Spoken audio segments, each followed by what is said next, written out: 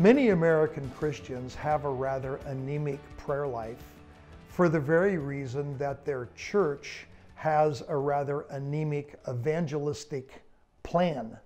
There is a very distinct correlation between the two. We actually see in Matthew 12 is the first time that talk about killing Jesus begins to arise. And it was after he healed a man on the Sabbath, the one with the crippled hand. And the Pharisees were watching, and they were most frustrated that he was offending the rules of the Sabbath than anything. But they left there, very, very funny verse, because they left there and started to plot how they were going to kill Jesus. Not how they were going to remove him from the public scene, or they're ready to kill him after he starts messing with their Sabbath. And what was taking place is there was such an electrifying buzz as a result of that miracle that they could see that Jesus's message and Jesus's power was becoming pervasive. He was becoming highly effective. And so then is when we begin to see this difficulty begin to come. And highly effective evangelism brings on a subsequent war. It's just the way that it works.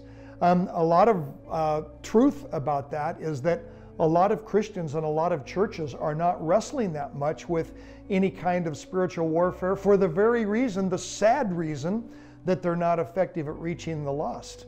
Mark Batterson talks about how it's the long goal of the enemy of our soul that we should live a docile life until we die, a rather meaningless existence Christian-wise until we die. Totally comfortable with that, totally happy with that.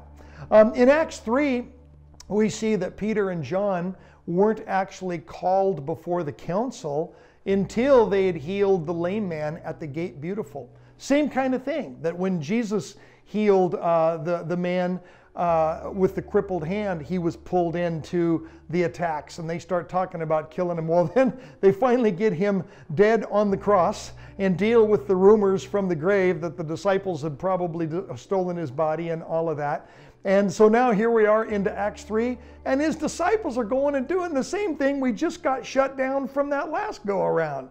And their frustration was really high. So immediately they're pulling them in, and we are actually watching the buildup of persecution of the Way, this young birthing church, after they begin to get effective in the same ways that Jesus did. Highly effective with evangelism, highly effective with healing, highly effective in getting everyone talking about the miraculous, and boom, now suddenly the war is in front of them.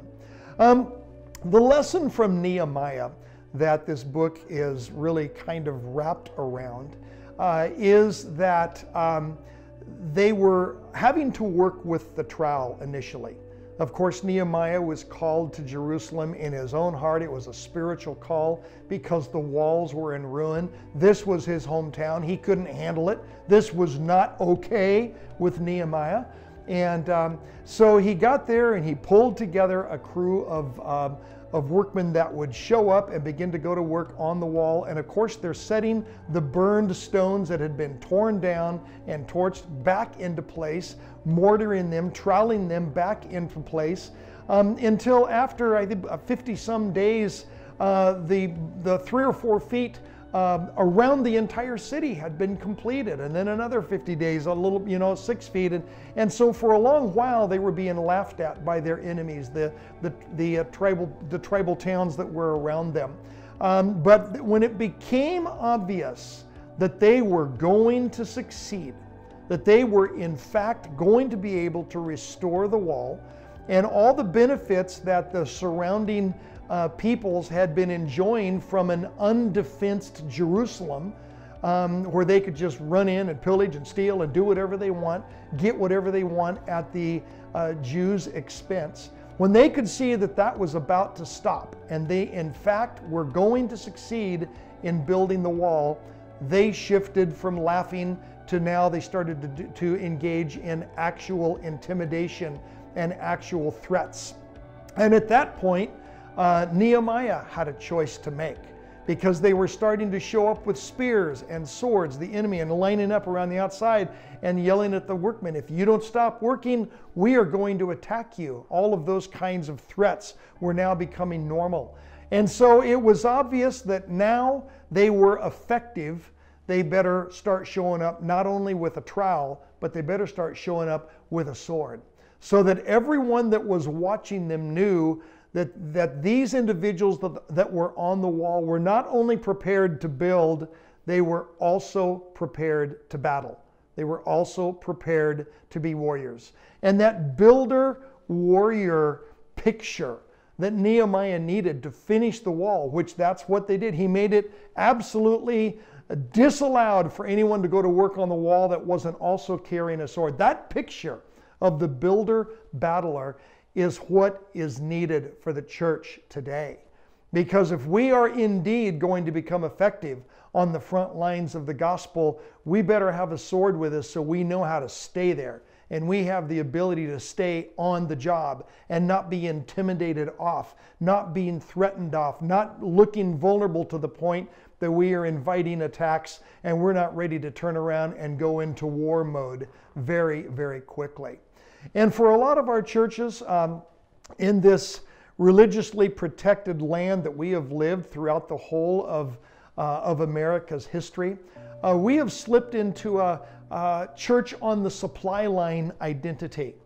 The majority of our work is the maturing of the saints, the maturing of the alreadies, rather than the front lines work, which is reaching out to the all-yets, to the not-yets, and turning them into alreadies and expanding the kingdom.